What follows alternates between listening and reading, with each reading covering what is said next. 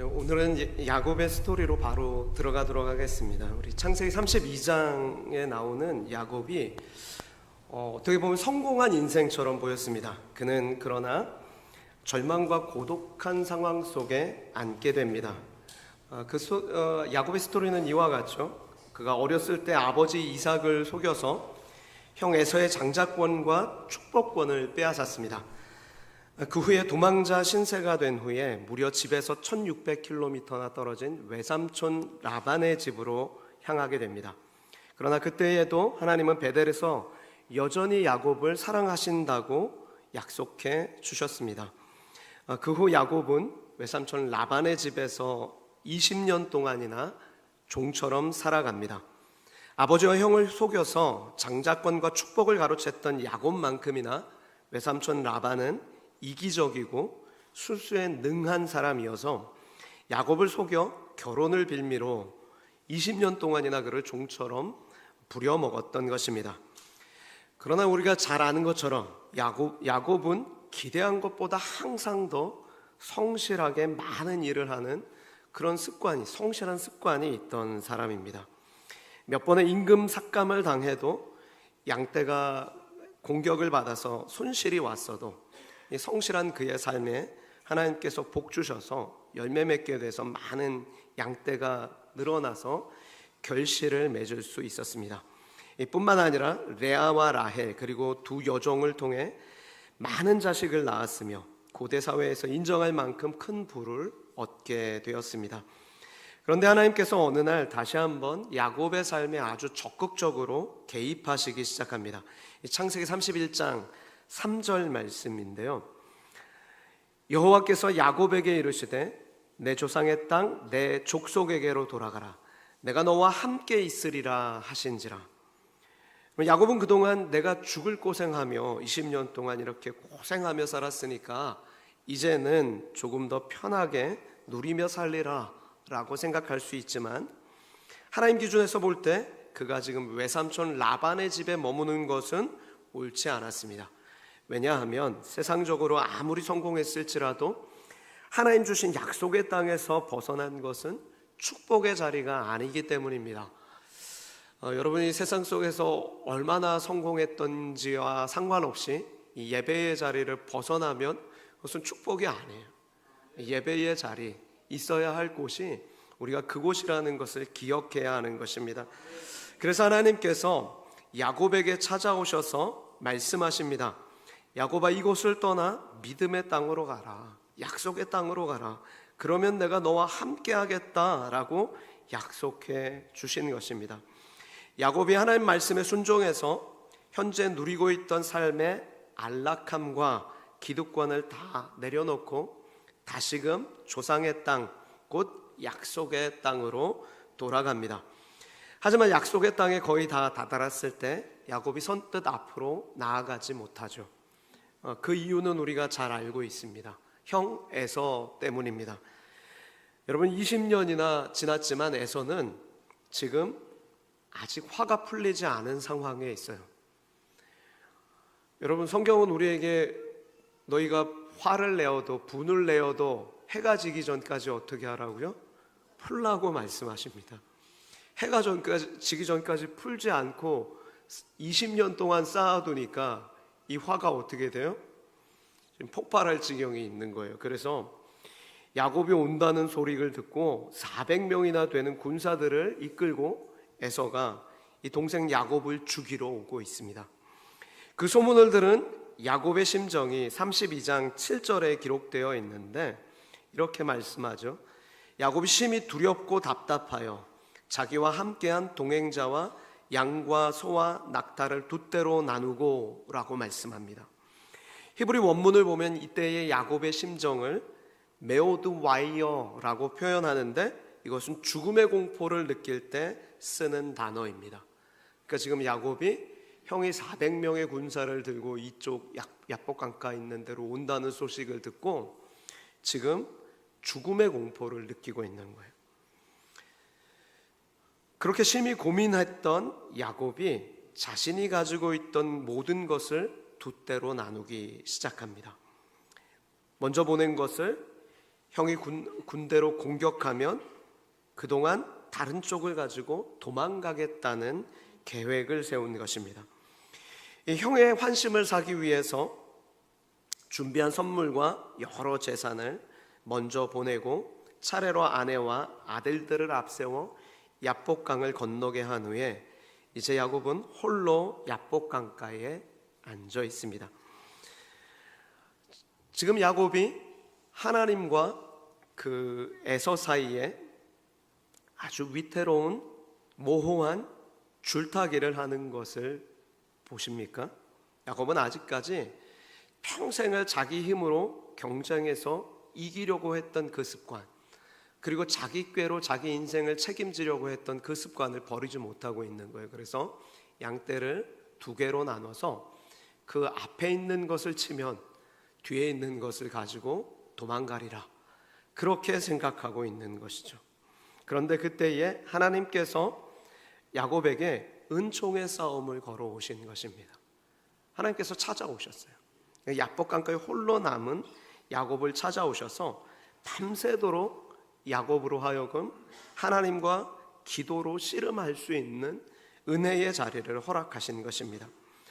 야곱은 형에 대한 두려움이 큰 것 이상으로 절실하게 하나님을 붙들었는데, 심지어 하나님께서 그의 허벅지 관절을 치심으로 어긋나게 하셨지만 그럼에도 야곱은 포기하지 않습니다.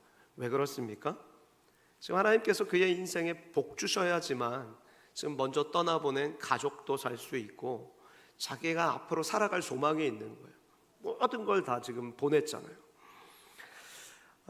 여러분은 어떻습니까? 여러분께서 지금 세상에서 치열하게 살아왔고 그에 대한 보상으로 이제 겨우 좀 살만하다 싶었더니 지금 죽음의 공포를 느낄 만큼 엄청난 파도처럼 큰 문제가 몰려온다면 여러분은 무엇을 하시겠습니까?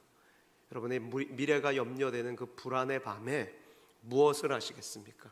야곱은 하나님 앞에 홀로 앉아 기도했던 것입니다. 하나님께서 그런데 기도하는 이 야곱에게 이해되지 않는 행동을 하십니다. 하나님은 왜 그의 허벅지 관절, 환도뼈를 왜 치셨을까요? 그리고 하나님은 왜 그에게 내 이름이 무엇이냐라고 물으셨을까요? 하나님이 야곱의 이름을 몰라서 이 질문을 하신 것일까요? 아니요, 그렇지 않죠. 하나님은 전지전능하셔서 우리의 이름뿐만 아니라 지난주 우리가 살핀 것처럼 우리의 상황과 형편과 마음의 동기와 우리의 모든 처지를 다 아십니다. 우리가 어디서부터 와서 또 어디로 돌아가야 해야 될지, 우리가 떨어진 그 자리가 어딘지를 주님은 아시는 분입니다. 그럼에도 하나님께서 야곱에게 내 이름이 무엇이냐라고 물으신 이유가 무엇입니까? 그것은 내 이름과 같이 살았던 과거의 삶을 내려놓으라라는 것입니다. 여러분, 우리가 우리의 본성대로 살았던 과거의 삶을 내려놓아야 돼요. 여러분, 야곱이란 이름은 발 뒤꿈치를 잡다, 집착하다, 약탈하다라는 그런 의미입니다. 야곱은 그의 이름처럼 남의 것을 빼앗고 집착했던 삶을 살아왔습니다.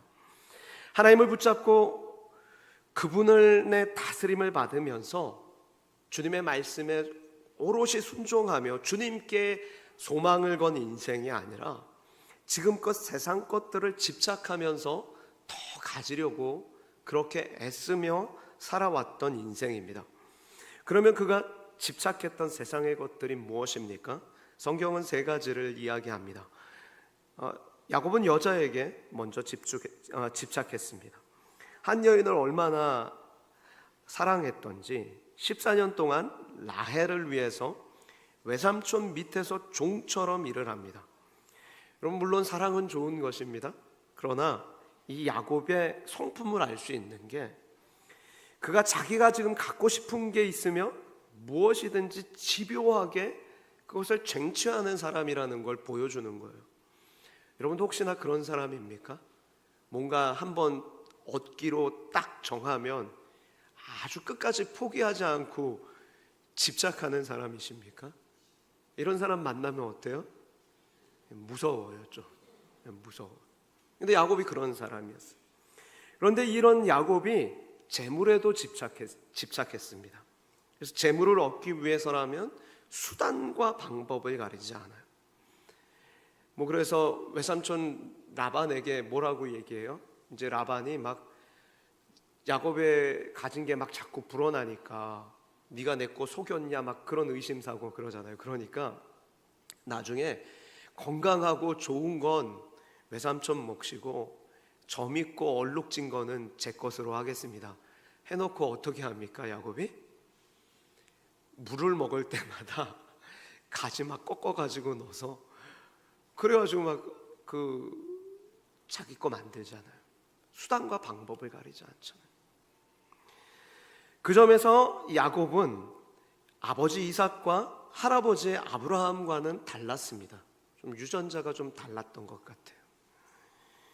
아브라함은 어떻게 했죠? 할아버지 아브라함은 조카 롯에게 내가 좌하면 나는 우하고 네가 우하면 나는 좌하리라 그렇게 말하면서 부동산에 대한 결정권을 양보했습니다. 여러분, 어떤 삼촌이 오늘 대한민국에 살면서 부동산에 대한 결정권을 조카에게 양보하겠습니까? 그럴 수 없죠. 그런데 성경을 보면 이 롯이 선택한 소돔과 고모라 땅을 여호와의 동산같이 물이 넉넉한 곳이다 라고 이야기했습니다. 그러니까 아주 비옥한 땅이었어요. 반면에 아브라함에게 남겨진 몫은 산지였습니다. 그러나 아브라함에게는 어떤 신앙이 있는 거예요? 너가 그 땅 어디를 선택하든지 상관없어. 왜냐하면 나에게는 하나님이 함께 하셔. 하나님과만 내가 함께 있으면 내게는 부족함이 없어. 그러니까 너가 고르고 싶은 대로 골라. 너가 좌하면 나는 우하고 너가 우하면 나는 좌할 거야. 이렇게 말하는 거죠. 여러분에게도 그와 같은 믿음이 있으십니까? 하나님만 내 목자가 되시면 내게 부족함이 없다라는 그 신앙이 있으세요? 하나님은 이런 신앙이 있는 사람을 기뻐하세요. 내 마음에 합한 자다라고 말씀하세요. 다윗이 시편 23편 1절에서 여호와는 나의 목자시니 내게 부족함이 없으리로다 그렇게 고백했잖아요. 평생을 그 믿음 갖고 살았던 다윗을 하나님이 내 마음에 딱 맞는 사람이다 그렇게 말씀하세요. 하나님은 저와 여러분이 그런 사람이 되길 원하시는 것입니다. 여러분, 이삭도 재물에 대한 집착은 별로 없었어요. 당시 우물이 굉장히 귀한 자산이자 생명의 근원이었는데, 그래서 그것을 중심으로 막 마을이 형성되는데, 그런데 이삭이 우물을 파면 어떻게 해요? 주변의 블레셋 사람과 그랄의 목자들이 이거 내 거야 라고 그러면서 우리 땅이야 그러면서 빼앗죠. 그러면 이삭이 그것에 집착하지 않고 그냥 줘버리고 다른 곳에 가서 또 우물을 파는 거예요. 이 땅의 재물에 목숨을 걸지 않는 것입니다. 그러나 야곱은 다릅니다.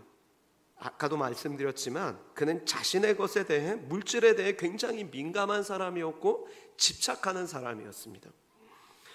또 하나 야곱이 집착했던 것이 있는데 그는 자식에게 집착했습니다. 특히 사랑하는 라헬 아내 라헬에게서 낳은 요셉에 대한 집착은 정말 대단했습니다. 그래서 모든 형제들 위에 형들을 다 제끼고 아직 어린 요셉에게 채색 옷을 지어 입혔는데, 당시에 그 채색 옷은 상속권을 의미하는 거예요. 그러니까 장자에게 2배 이상의 상속권을 줬잖아요. 그런데 그 요셉을 장자와 같이 여기는 거예요. 그러한 잘못된 야곱의 편애 때문에 요셉은 결국 형들에게 엄청난 미움을 받고 애굽의 노예로 팔려가게 되었다는 것을 우리는 잘 알고 있습니다. 이처럼 야곱은 집요한 사람이었고 세상 것에 집착하는 사람이었습니다. 그런데 여러분, 모든 사람이 사실은 정도의 차이는 있지만 집착하는 게 있어요. 그럼 우리가 그런데 그 집착하는 걸 내려놓기가 굉장히 어렵죠. 그걸 어떻게 알아요? 집안에서 라운드 1 해보면 아시잖아요.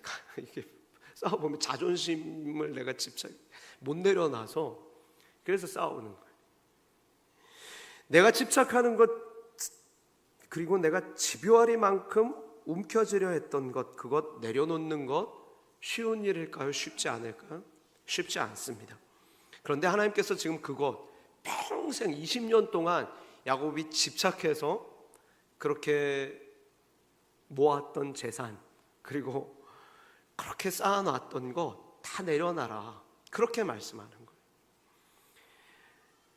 내가 너의 인생 책임질 테니 약속의 땅으로 가라. 그리고 모든 것 다 내려놔라. 내가 너와 함께 할 거야. 너가 너의 힘과 너의 그 쌓았던 그것을 가지고 너 인생을 살지 말고 이제 나와 함께함으로 네 인생을 살아라, 그렇게 말씀하는 거죠. 그런데 인간은 움켜잡고 있는 그것을 잘 놓지 못한다고 했어요. 그 예를 잘 보여주는 이야기가 하나 있습니다. 아마 실제 있었던 이야기 같지는 않아요. 평생을 인색하게 살면서 돈을 모아서 하던 그런 구두쇠 이야기입니다.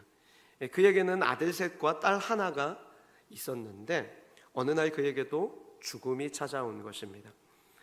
악착같이 벌어놓은 돈을 보람있게 써보지도 못하고 평생을 고생만 하다가 이제 숨이 넘어가기 직전입니다. 여러분, 이런 정도의 구두쇠면 불쌍해요, 안 불쌍해요? 불쌍하죠. 좀 있던 것 좀 보람있게 써보고 또 자기를 위해서도 좀 써보고 남들도 좀 도와주면서 살면 좋았는데 그렇게 살지 못하고 평생 모으면서 돈에 대한 집착이 너무 강하다 보니까 그러고 살다가 이제 숨이 넘어가기 직전이에요. 그럴 때 이제 이 구두쇠가 자녀들을 죽기 전에 다 모았습니다. 이 구두쇠가 묻습니다. 첫째는 어디 있느냐? 아버지, 저 여기 있습니다. 그러자 둘째는 어디 있느냐? 아버지, 저도 옆에 있습니다. 걱정하지 마세요. 이 구두쇠가 힘겨운 목소리로 셋째는 그럼 어디 있느냐? 묻습니다. 그러자 셋째 역시 아버지 곁에 있다고 대답했죠. 구두쇠는 숨이 넘어갈 듯한 목소리로 딸도 옆에 있느냐? 라고 묻습니다. 그러자 딸이 울먹이면서 아빠, 나도 여기 있어요 라고 그렇게 대답했습니다.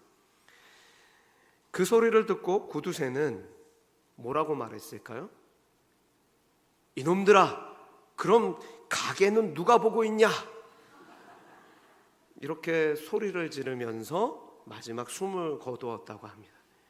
여러분, 이게 무슨 말이에요? 집착하고 있는 걸 놓기가 그렇게 어렵다라는 걸 보여주는 거죠.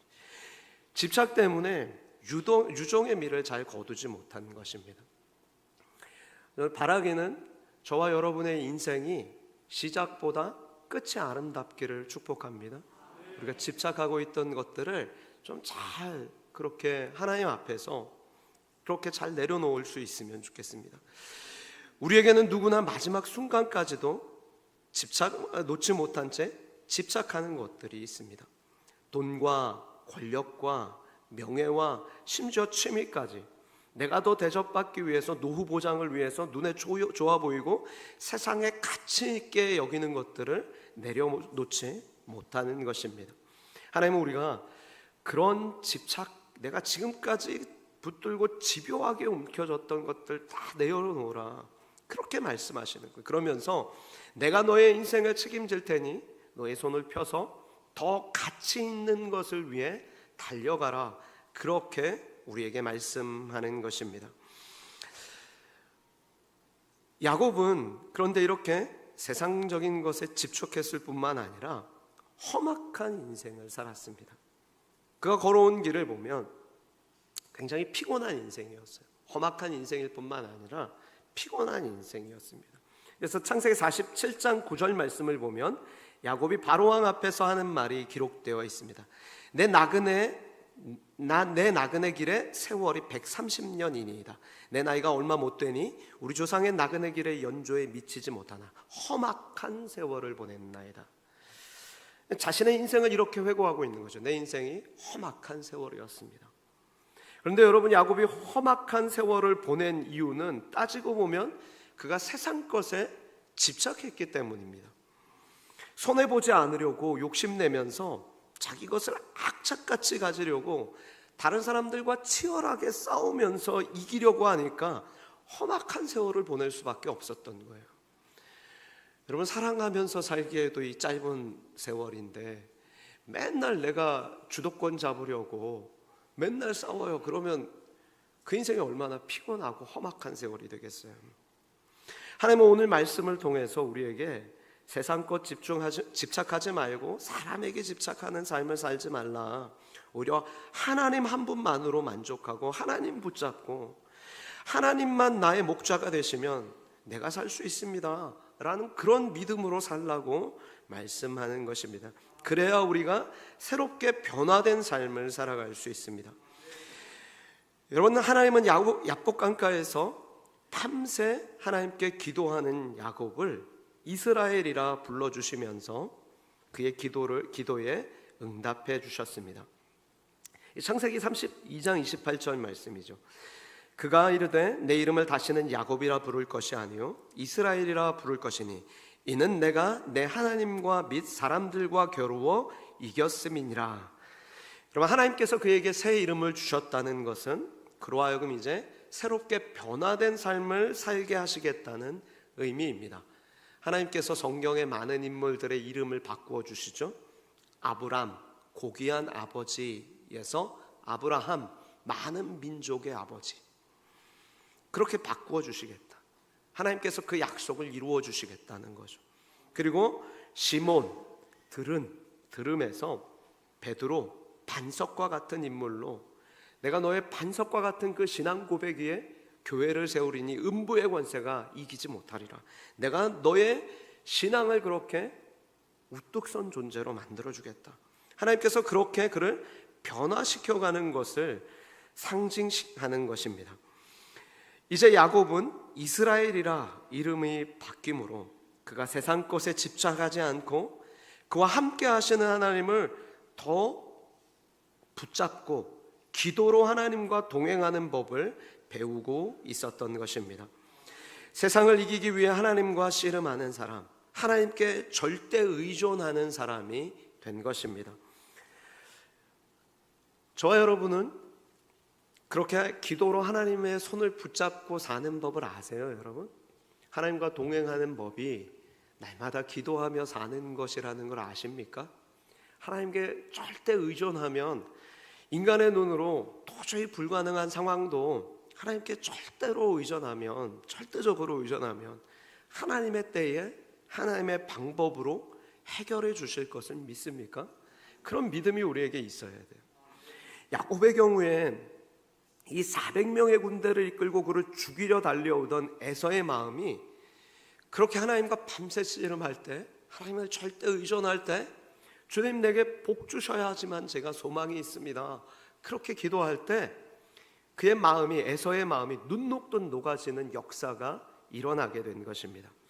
여러분, 사람의 마음이 변하고 삶을 새롭게 변화시키는 건 사람의 힘으로는 불가능하고 오직 하나님을 만남으로써만 가능하게 되는 줄 믿습니다. 여러분, 야곱이 그렇게 밤새도록 하나님께 복을 구하고 기도로 씨름했던 그곳의 이름을 뭐라고 말하죠? 브니엘이라 말하는데, 이 브니엘이라는 말이, 브니가 그 얼굴이라는 거예요.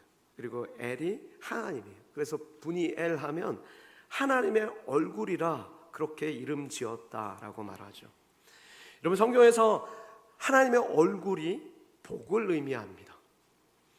그래서 민수기 6장 26절 보면 여호와는 그의 얼굴을 내게로 향하여 드사 평강 주시기를 원하노라, 그렇게 말씀하죠. 그러니까 하나님의 얼굴을 보는 게 복이에요. 그런데 여러분, 우리가 하나님의 얼굴을 언제 봐요? 기도할 때 하나님의 얼굴을 보는 거예요. 기도할 때 내 기도를 들으시려고 응답하시는 그 하나님의 얼굴을 보는 것입니다. 직장과 물질과 관계와 질병과 우리의 여러 가지 인생의 문제들을 그렇게 내가 기도할 때 그 순간에 충만하게 임재하셔서 들으시는 하나님 앞에 다 내려놓고 주님 뜻대로 해결해 주시기를 맡기는 거예요. 그런 인생이 복이에요. 여러분, 그러므로 기도는 더 이상 내 인생의 주권이 내게 있지 않습니다 라고 선언하는 거예요. 그러면서 내 인생의 주인은 하나님이십니다 라고 굴복하는 행위가 기도입니다. 저 여러분이 그런 기도를 할 수 있기를 축복합니다. 그래서 우리의 인생이 내 힘으로 이끌어지는 것이 아니라 하나님의 능력으로 이끌어 가시는 그런 어떻게 보면 신적인 수동태, 하나님께 이끌림 받는 수동적인 인간, 그런 인간이 되어지기를 축복합니다. 여러분, 야곱이 그래서 하나님께서 야곱으로 하여금 그런 기도를 배우도록 하기 위해서 평생 그렇게 살라고 이 허벅지 관절, 환도뼈를 치시는 거예요. 그리고 거기부터 야곱의 진정한 싸움이 시작됩니다. 그러니까 세상적인 것에 집착하지 않고 오직 하나님의 것을 이제 추구하며 사는 존재로 자신을 드리는 싸움이 시작되는 거예요. 여러분, 성경에서 환도뼈는, 허벅지 관절은 힘의 근원을 의미하는데, 내 힘과 자원으로만 그렇게 살려고 안간힘 쓰던 야곱에게 하나님께서 지금 은총의 씨름을 걸어오셨던 거예요. 그게 야복강가에서 벌어진 사건입니다.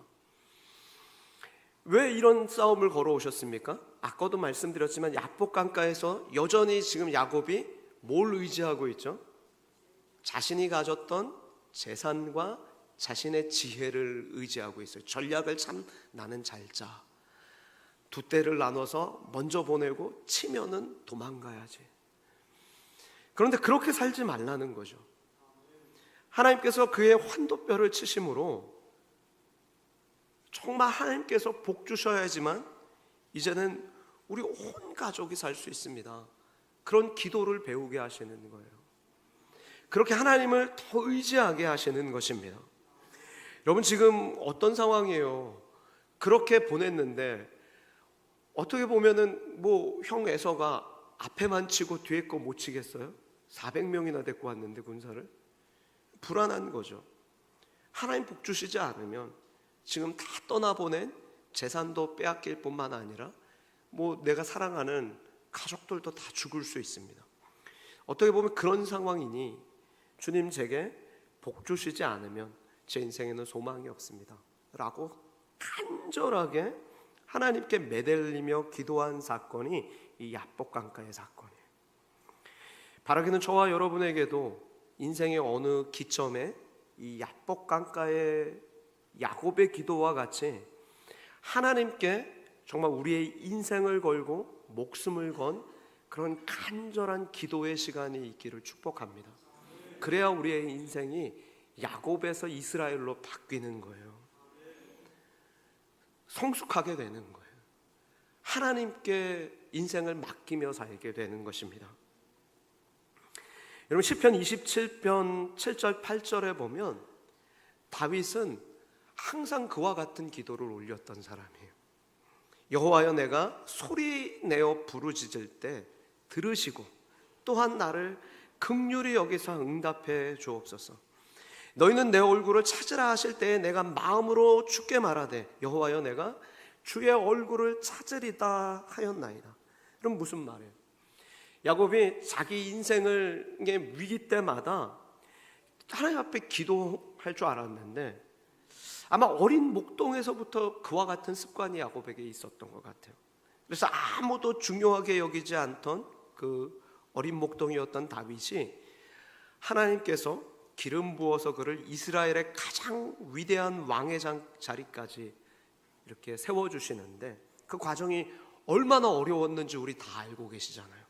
그런데 그 숱한 어려움과 역경이 있었지만 그때마다 어떻게 했다고요? 내 얼굴을 찾으라 하시는 그 하나님 앞에 내가 주의 얼굴을 찾겠습니다. 주님, 그러니 내가 부르짖어 기도하겠습니다. 주님, 그러니 나를 그때에 긍휼히 여겨주시고 내 기도를 들어주십시오. 그렇게 기도했고 하나님 그 기도에 응답하셔서 지금 내가 이렇게 왕의 자리에 있을 수 있다라고 말하고 있는 것입니다. 그러므로 여러분께서 지금까지 어떤 삶을 살아오셨던지 상관없습니다. 혹시나 신앙적으로 하나님 앞에 정말 열심 내며 사는 일에 실패해 오셨어도 괜찮아요. 문제 있는 삶을 사셨어도 괜찮습니다. 지금 우리가 세상에 어떤 것에 집착하며 내려놓지 못하고 살아왔어도 괜찮습니다. 중요한 것은 이제부터라도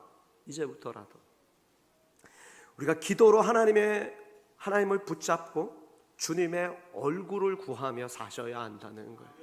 주님의 임재 가운데 사셔야 된다는 거예요. 늘 주님과 동행하며 사셔야 된다는 거예요. 이제부터 그렇게 사시면 돼요.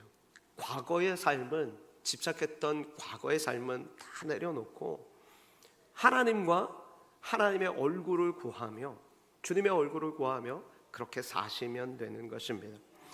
미래를 알 수 없는 그 인생의 불안의 밤을 지새울 때 우리는 야곱과 같이 하나님께로 나아가야 합니다. 주님, 내게 주의 얼굴을 보여주옵소서. 주님, 내게 복 주시지 않으면 우리 가족이 너무 지금 어려운 위기에 처해 있습니다. 주님, 내 삶에 그러니 소망이 없습니다. 주님, 나를 너무 불쌍히 여기시고 우리 가족을 불쌍히 여기시고 주님, 제발 살려주십시오. 그렇게 밤새도록 주님께 기도하며 씨름했던 것입니다. 어쩌면 그의 목숨을 건 기도라고 할 수 있는 거예요. 모든 것을 다 형에게로 떠나보낸 후 손에 아무것도 쥔 것이 없을 때 이제 그는 하나님께 그의 생명을 맡긴 것입니다. 그랬을 때 하나님은 그의 허벅지 관절을 치셨고 그의 이름을 바꿔주시며 새로운 이스라엘로 살게 하셨습니다. 이 절뚝거리는 야곱은 이제 자신의 힘이 아니라 하나님의 능력을 의지하며 쓰임받는 인생이 된 거예요. 인생의 주어가 야곱에서 하나님으로 바뀌어지는 변화의 계기를 마련하게 된 것입니다. 바라기는 저와 여러분 역시 집착하던 세상의 모든 것을 내려놓고 하나님께 여러분의 인생을 맡기실 수 있기를 축복합니다. 혹시라도 나 같은 약한 사람이 어떻게 쓰임받을 수 있어 라고 생각하는 분이 있다면 그런 분들을 위해 한 편의 글을 소개하고자 합니다.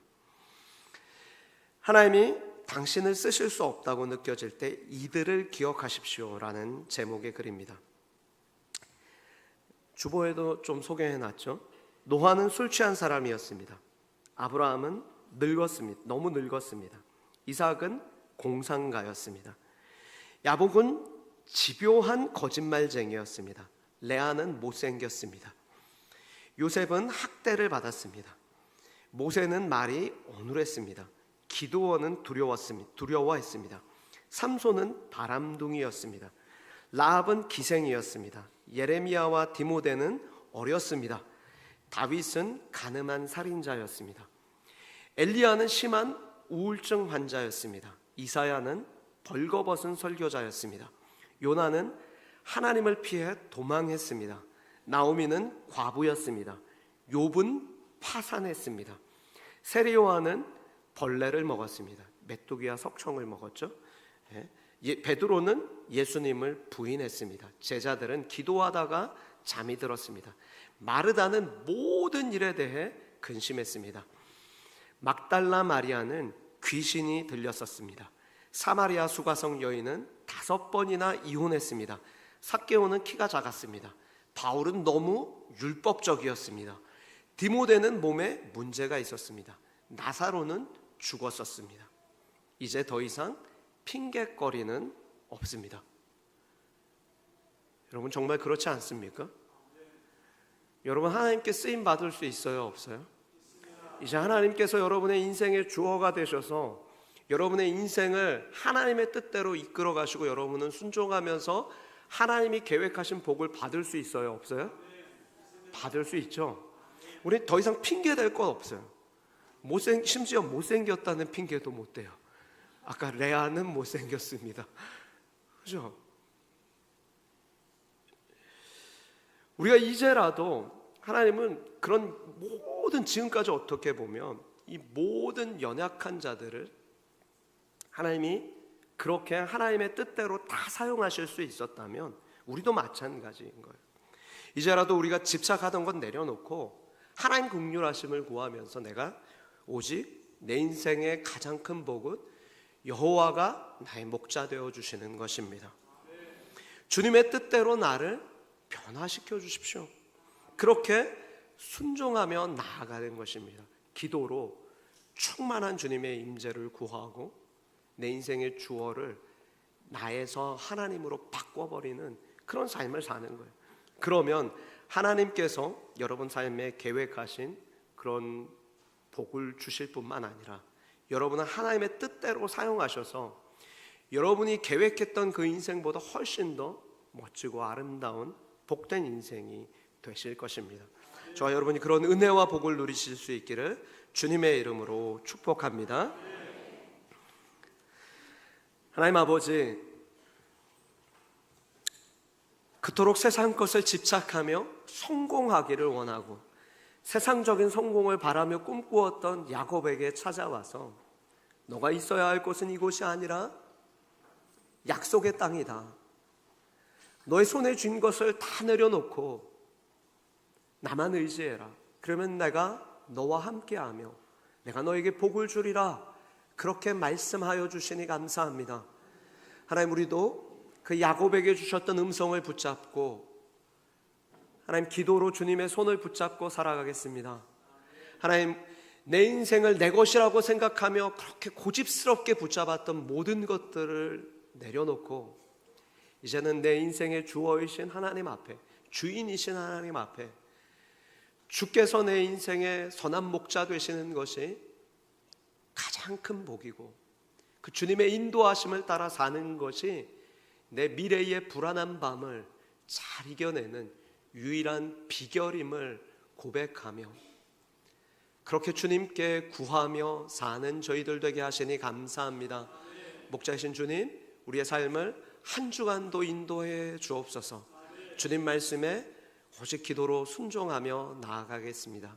예수님의 이름으로 기도합니다. 아멘.